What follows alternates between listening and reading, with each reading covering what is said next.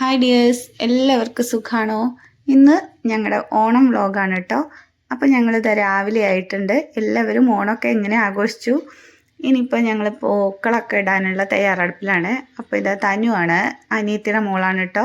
അപ്പോൾ തനുവാണ് ഇടയ്ക്കൊക്കെ ഒന്ന് പൂക്കളത്തിൽ ഇട്ടിട്ട് ഒന്ന് ആ ലാസ്റ്റ് റൗണ്ട് എത്തിയപ്പോൾ ഞങ്ങളൊന്ന് സഹായിക്കാനായിട്ട് വന്നതാണ്. ഇതുവരെ മോളാണ് കേട്ടോ ഇട്ടുകൊണ്ടിരുന്നിരുന്നത്. അപ്പോൾ ലാസ്റ്റ് റൗണ്ട് ഒന്ന് ഇടാമെന്ന് വിചാരിച്ച് ഞങ്ങളൊന്ന് ഷോ കാണിക്കാൻ വേണ്ടി മാത്രം ഇരുന്നതാണ്. കുറച്ചൊക്കെ ഒന്ന് ഇട്ടിട്ട് ഞങ്ങൾ പിന്നെ എണീറ്റ് പോയി. പിന്നെ ഒക്കെ ഫുള്ളാക്കിയതൊക്കെ എൻ്റെ മോളും പിന്നെ അനിയത്തിയുടെ മൂത്ത മോളും ഒക്കെ ഉണ്ടായിരുന്നു. അവർ പേരും കൂടിയിട്ടാണ് കേട്ടോ പൂക്കളൊക്കെ ഫുള്ളാക്കിയത്. രണ്ടാളും ലാസ്റ്റിലത്തെ റൗണ്ട് മാത്രം ഒന്ന് ഇടാൻ വേണ്ടി ഇരുന്നതാണ്. എന്നിട്ടും ഞങ്ങൾ പോയിട്ടോ. പിന്നെ ലാസ്റ്റ് വന്നപ്പോൾ ഇവർ ഇതാ രണ്ടുപേരും കൂടെ അവിടെയൊക്കെ ക്ലീൻ ചെയ്ത് പൂക്കളൊക്കെ അടിപൊളി സെറ്റാക്കി റെഡിയാക്കി ഇട്ടിട്ടുണ്ടായിരുന്നേ. അപ്പം അങ്ങനെ നമ്മുടെ ഓണം പൂക്കളം ഇതാ ഇവിടെ അടിപൊളിയായിട്ട് കിട്ടിയിട്ടുണ്ട്. ഇത്തവണയാണെങ്കിൽ ഓണമായിട്ട് അമ്പലത്തിലൊന്നും പോയിട്ടില്ല കേട്ടോ. എല്ലാവരും അമ്പലത്തിലൊക്കെ പോയോ? ഞങ്ങൾ ഇത് പോയിട്ടില്ല. അമ്മയും അച്ഛനും മാത്രം അമ്പലത്തിലൊക്കെ പോയി. ഞങ്ങളും മക്കളൊന്നും പോയില്ല കേട്ടോ അമ്പലത്തിലോട്ട്. ഇനി നമുക്ക് കിച്ചണിലെ കുറച്ച് വിശേഷങ്ങളും സദ്യ ഒരുക്കലും ഒക്കെ കണ്ടാലോ. ഇത്തവണ സാമ്പാർ വയ്ക്കുന്നത് അച്ഛനും അമ്മയും കൂടിയിട്ടാണ്. അച്ഛനാണ് മെയിൻ പരിപാടികൾ, അമ്മ ഹെൽപ്പറായിട്ട് നിൽക്കുന്നേ ഉള്ളൂ. അപ്പോൾ അച്ഛൻ ഇതാ വെണ്ടയ്ക്കൊക്കെ ഇളക്കിക്കൊണ്ടിരിക്കുകയാണേ. ഇത്തവണ അച്ഛൻ്റെ സ്പെഷ്യൽ സാമ്പാർ പൊടി ആയതുകൊണ്ടാണ് കേട്ടോ അച്ഛൻ സാമ്പാർ വയ്ക്കാമെന്ന് പറഞ്ഞിട്ടുള്ളത്. അപ്പോൾ ഈ സാമ്പാർ പൊടി റെസിപ്പി ഞാൻ വീഡിയോ ചാനലിൽ ഇട്ടിട്ടുണ്ട്. പിന്നെ ഇതാ പുട്ടൊക്കെ ഉണ്ടാക്കാൻ തുടങ്ങിയിട്ടുണ്ട്. പുട്ട് ഞാനാണ് കേട്ടോ ഉണ്ടാക്കുന്നത്. നമ്മുടെ വീട്ടിൽ എന്ത് വിശേഷം ഉണ്ടായാലും അന്ന് പുട്ടായിരിക്കും. പുട്ടും പഴം പുഴുങ്ങിയതും പപ്പടം ഉണ്ടാവും, പിന്നെ സാമ്പാറും ഉണ്ടാവും കേട്ടോ. അപ്പോൾ അതിലിടയ്ക്ക് ഇതാ തനു എന്തൊക്കെയോ വിശക്കണമെന്ന് പറഞ്ഞു വന്നതാണേ. അപ്പോൾ അമ്മ എന്തൊക്കെയോ തിരഞ്ഞുകൊണ്ടിരിക്കുകയാണ്. അമ്മയാണ് ഇപ്പോൾ സാമ്പാറൊക്കെ ഇളക്കിക്കൊണ്ടിരിക്കുന്നത്. എന്തിനോ വേണ്ടി തിളയ്ക്കുന്ന സാമ്പാർ എന്ന് പറയില്ലേ, അതന്നെ. ഇപ്പോൾ രാവിലെ ആണെങ്കിൽ നമുക്ക് വിശേഷ ദിവസങ്ങളിലൊക്കെ പുട്ടുണ്ടാക്കിയാൽ അതൊരു സൗകര്യമാവും. അപ്പോൾ വീട്ടിലെ ദേശീയ ഭക്ഷണമായിട്ട് പുട്ടിനെ പ്രഖ്യാപിക്കാമെന്ന് വിചാരിക്കുന്നുണ്ട്. എന്ത് വിശേഷം വന്നാലും നമുക്ക് പുട്ടും പഴമാണ് കേട്ടോ. പിന്നെ സാമ്പാറും ഉണ്ടാക്കും. അപ്പോൾ വറുത്തരച്ച സാമ്പാറാണ് ഉണ്ടാക്കുന്നത്. അപ്പോൾ തേങ്ങയൊക്കെ അച്ഛൻ വറുത്തരച്ച് സാമ്പാറൊക്കെ സെറ്റാക്കി വെച്ചിട്ട് അച്ഛൻ പോയി.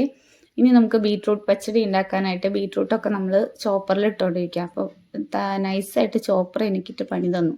ചോപ്പർ അങ്ങ് കേടുവന്നു. ആ ബീട്രൂട്ട് അങ്ങ് ചോപ്പറിൽ ഇട്ടതും അതിൻ്റെ വള്ളി അങ്ങ് കേടുവന്നു. പിന്നെ അതിൽ തട്ടിയും മുട്ടിയും അങ്ങനെ ഇങ്ങനെയൊക്കെ ആക്കിയിട്ട് ഒന്നങ്ങോട്ട് നേരേക്ക് അച്ഛൻ ഇടയ്ക്ക് അതിൻ്റെ സ്ട്രിങ്ങൊക്കെ ഒന്ന് ശരിയാക്കി തന്നായിരുന്നു.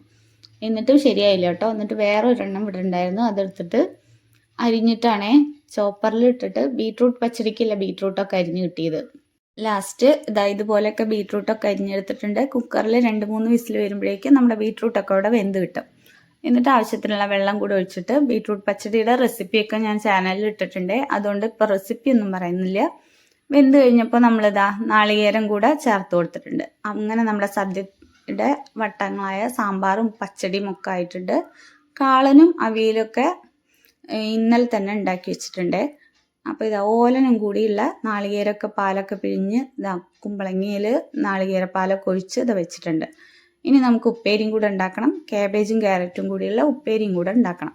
അങ്ങനെ നമ്മുടെ സദ്യയൊക്കെ സെറ്റായിട്ടുണ്ട് കേട്ടോ.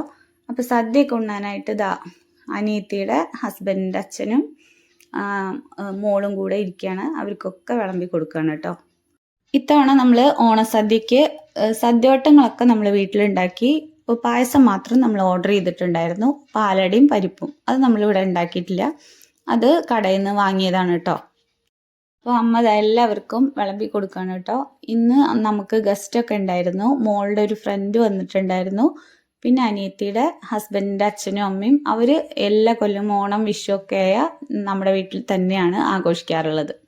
അവരിങ്ങോട്ട് പോരും ചെയ്യും. അപ്പോൾ പിന്നെ അവർ നമ്മുടെ വീട്ടിലാണ് ഓണം വിഷുവൊക്കെ 2-3 കൊല്ലമായിട്ട് നമ്മൾ ഒരുമിച്ചാണ് കേട്ടോ ആഘോഷിക്കാറുള്ളത്. അപ്പം നമ്മുടെ സദ്യയൊക്കെ ബാക്കിയുള്ള എല്ലാവരും കൂടെ വിളമ്പി കഴിഞ്ഞിട്ട് മോളും മോളുടെ ഫ്രണ്ടും പിന്നെ അനിയത്തിയുടെ മൂത്ത മോളും അവരെല്ലാവരും കൂടെ ഒരു ട്രിപ്പ് അങ്ങ് ഇരുന്നിട്ട് കഴിക്കുകയാണേ. പിന്നെ ഞങ്ങളും കൂടെ വിളമ്പി ഞങ്ങളും കൂടെ കഴിച്ചിട്ടുണ്ട്. അപ്പോൾ എല്ലാവർക്കും ഒരേപോലെ ഇരിക്കാനുള്ള സൗകര്യം ഇല്ലാത്തതുകൊണ്ട് 2 ട്രിപ്പായിട്ട് ഞങ്ങൾ ഭക്ഷണം കഴിച്ചിട്ടുണ്ട്. അങ്ങനെ വർഷത്തിലൊരിക്കലൊക്കെ ഇങ്ങനെ എല്ലാവരും കൂടി ഒരുമിച്ച് അങ്ങ് ഇരുന്ന് ഭക്ഷണം കഴിക്കുമ്പോൾ അതൊരു രസമാണല്ലേ. അങ്ങനെ സദ്യയൊക്കെ കഴിച്ചതിന് ശേഷം നമ്മളിതാ വീടിനടുത്തുള്ള ഒരു വെള്ളച്ചാട്ടം കൂടെ കാണാൻ പോയിട്ടുണ്ട്. വെള്ളച്ചാട്ടം എന്നൊന്നും പറയാവോ എന്ന് അറിയില്ല. ഇതുപോലെയൊക്കെ വെള്ളം ചാടുന്നുണ്ട്. അതിന് പിള്ളേരൊക്കെ കൂടിയിട്ട് വെള്ളച്ചാട്ടം എന്നും പറയുന്നുണ്ട്. കാണുമ്പോൾ നമുക്ക് അങ്ങനെ പ്രത്യേകിച്ച് ആഴമൊന്നും തോന്നില്ലെങ്കിലും അവിടെ ഭയങ്കര വഴുക്കലായിരുന്നു. നിൽക്കാനും അതിലോട്ട് ഇറങ്ങാനും ഒക്കെ ഭയങ്കര ബുദ്ധിമുട്ടായിരുന്നു കേട്ടോ. അതുകൊണ്ട് തന്നെ എല്ലാവരും പിടിച്ചിട്ടൊക്കെ തന്നെയാണ് പോയിക്കൊണ്ടിരിക്കുന്നത്.